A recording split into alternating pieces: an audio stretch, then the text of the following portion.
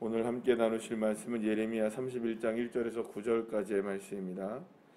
예레미야 31장 1절에서 9절까지의 말씀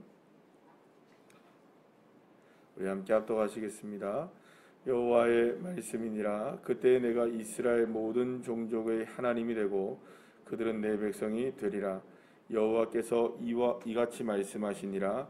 칼에서 벗어난 백성이 광야에서 은혜를 입었나니 곧 내가 이스라엘로 안식을 얻게 하러 갈 때라. 옛적에 여호와께서 나에게 나타나사 내가 영원한 사랑으로 너를 사랑하기에 인자함으로 너를 이끌었다 하였노라. 처녀 이스라엘아, 내가 다시 너를 세우리니 내가 세움을 입을 것이요 내가 다시 소고를 들고 즐거워하는 자들과 함께 춤추며 나오리라. 내가 다시 사마리아 산들에 포도나무들을 심되 심는 자가 그 열매를 따기 시작하리라. 에브라임 산 위에서 파수꾼이 외치는 날이 있을 것이라. 이르기를 너희는 일어나라. 우리가 시온에서 올라가서 우리 하나님 여호와께로 돌아가자 하리라. 여호와께서 이와 같이 말씀하시느니라. 너희는 여러 민족의 앞에 서서 야곱을 위하여 기뻐 외치라. 너희는 전파하며 찬양하며 말하라. 여호와여, 주의 백성 이스라엘의 남은 자를 구원하소서 하라. 보라, 나는 그들을 북쪽 땅에서 인도하며 땅 끝에서부터 모으리라. 그들 중에는 맹인과 다리 저는 사람과 잉태한 여인과 해산하는 여인이 함께 있으며 큰 무리를 이루고 이곳으로 돌아오리라. 그들이 울며 돌아오리니 나의 인도함을 받고 간구할 때에 내가 그들을 넘어지지 아니하고 물 있는 계곡에 고든 길로 가게 하리라. 나는 이스라엘의 아버지요 에브라임은 나의 장자니라. 아멘. 할렐루야. 하나님께서 이스라엘을 향한 그 회복의 의지는 정말로 분명하십니다. 하나님은 하나님의 모든 것을 다 쏟아부으셔서 사실은 이스라엘을 다시금 세우시기를 원하시고 계십니다. 여러분 오늘 본문 3절 말씀을 여러분 보시면 옛적에 여호와께서 나에게 나타나사 내가 영원한 사랑으로 너를 사랑하기에 인자함으로 너를 이끌었다 하였노라 이렇게 말씀하십니다. 그러니까 하나님은 지금 이스라엘 백성들에게 사랑과 인자를 쏟아 부으셔서 지금 어떻게 되기를 원하시느냐, 안식 주기를 원하고 2절에 보시면 안식을 주러 갈 때 이렇게 얘기하시죠. 또 4절 말씀에 보면 내가 너를 어떻게 하십니까? 세울 것이다 라고 말씀하시죠. 또 5절 말씀에 뭐라고 나옵니까? 열매를 따기 시작할 것이다 이렇게 나와요. 그러니까 하나님은 어떻게 해서든지 하나님의 사랑과 하나님의 인자하심과 하나님의 모든 것을 이스라엘 백성들에게 다 쏟아 부으셔서 하나님은 안식 주시기를 원하시고 또 하나님은 그들을 다시 세우시기를 원하시고 열매 주시기를 원하신다 이렇게 말씀하시는 거예요. 자, 그러면 여러분 한번 생각해 보시죠. 그러기 위하여서 지금 주님이 하시는 일이 어떤 작업을 하시는 겁니까? 그것을 정말로 누리게 하기 위해서는 불가피하게 지금 이스라엘 백성들을 재난 가운데 던질 수밖에 없는 겁니다. 그러니까 그것을 진짜로 누리고 정말로 세움을 입고 평안을 얻고 안식을 얻고 열매를 맺으려면 적어도 그 어느 정도의 이스라엘 백성들에게 있어서 잘못된 것들, 이런 고쳐져야 될 것들이 반드시 고쳐져야 한다는 겁니다. 그냥 문제가 있는 그대로 사실은 그냥 할 수가 없는 것이죠. 제가 어제 그 뉴스를 봤는데 지금 전국이 지금 다 4단계, 3단계 다 올라갔잖아요. 그래서 지금 여기도 못 가고 저기도 못 가고 그런 게 많아요. 지난주 주일날 날에도 이제 우리 중고등부 학생들이 주전에 가 있는데 주전에 가는 오후에 이제 갔어요. 그걸 가서 한번 보고 왔는데 아니 주전 바닷가에 엄청나더라고요 사람들이. 근데 거기는 코로나 아무것도 없는 것 같은 모습이더라고요. 차를 타고 옆으로 지나가는데도 보니까 사실은 거기에 수많은 사람들이 있는데 마스크 쓴 사람 잘 못 보고 있고 또 샤워 그냥 하고 있는데 그냥 동구청에서 만들어 놓은 거 샤워 북구청인지 모르겠어요. 동구청인지 샤워기 그냥 만들어 놓은 데에서 그냥 다 마스크 벗고 샤워하고 있고요. 옆에서 젊은 사람들 다 하고 있고요.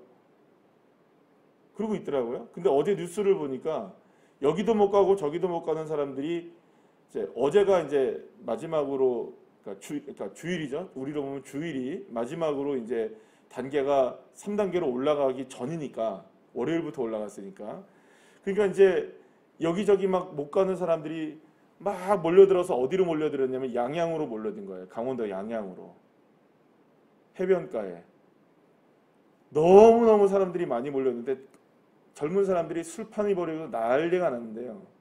난리가 났어요.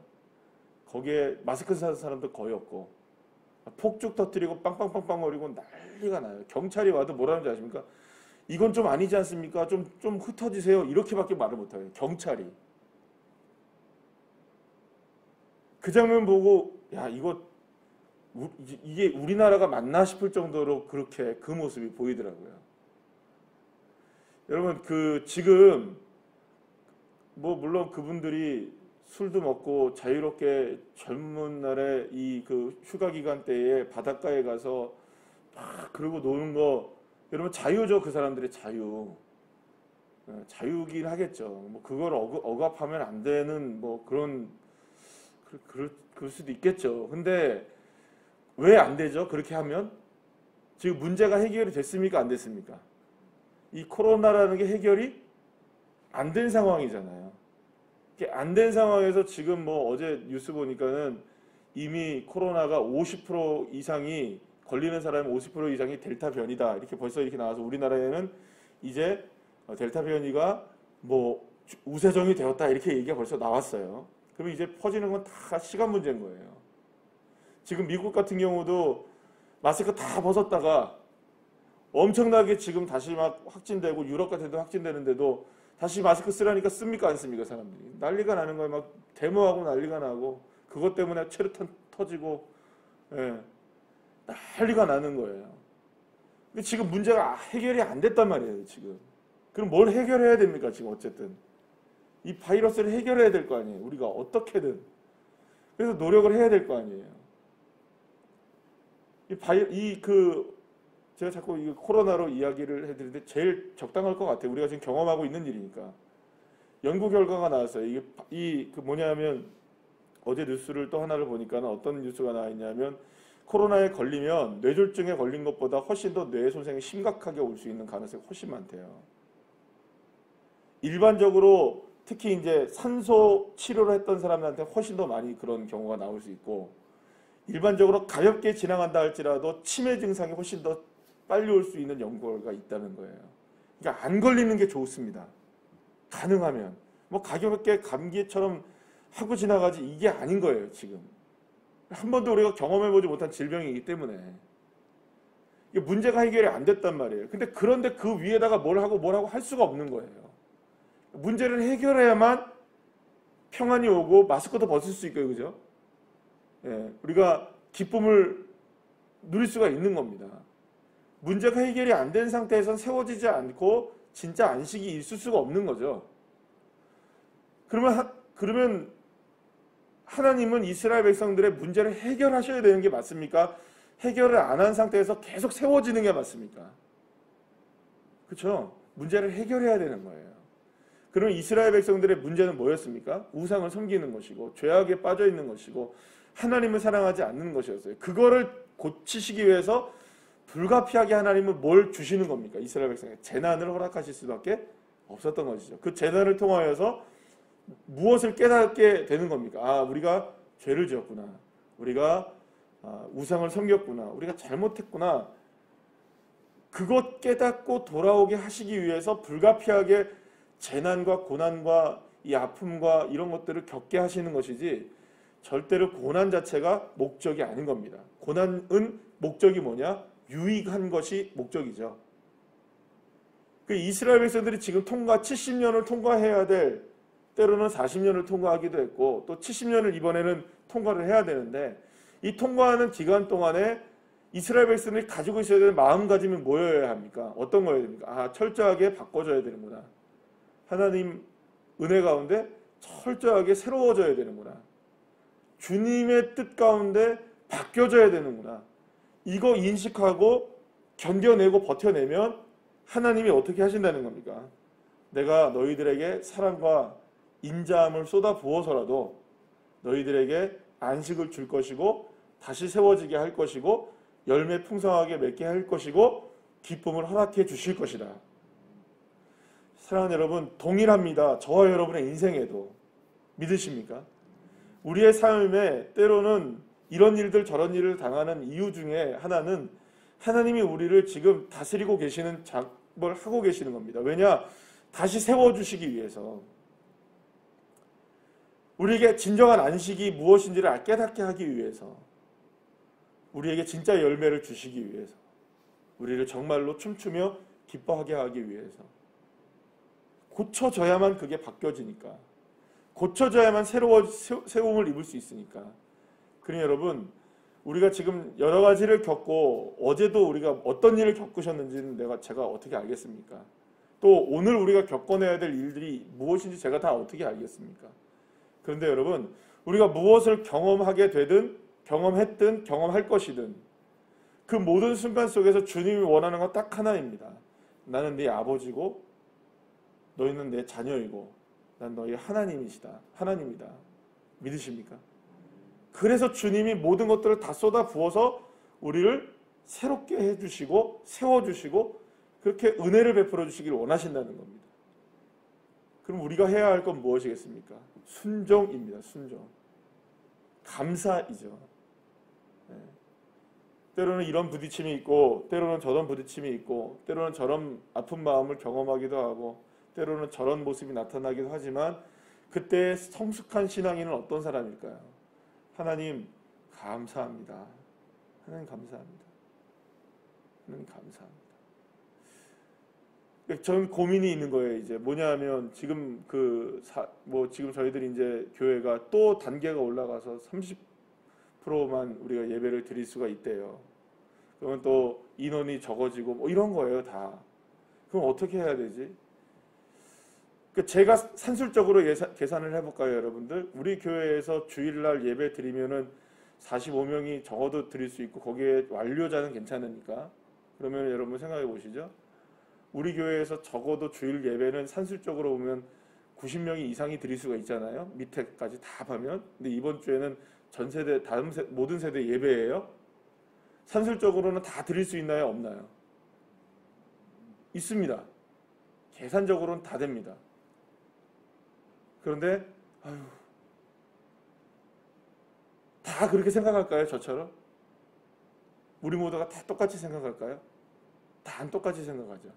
네. 거기에 딜레마가 있는 거예요.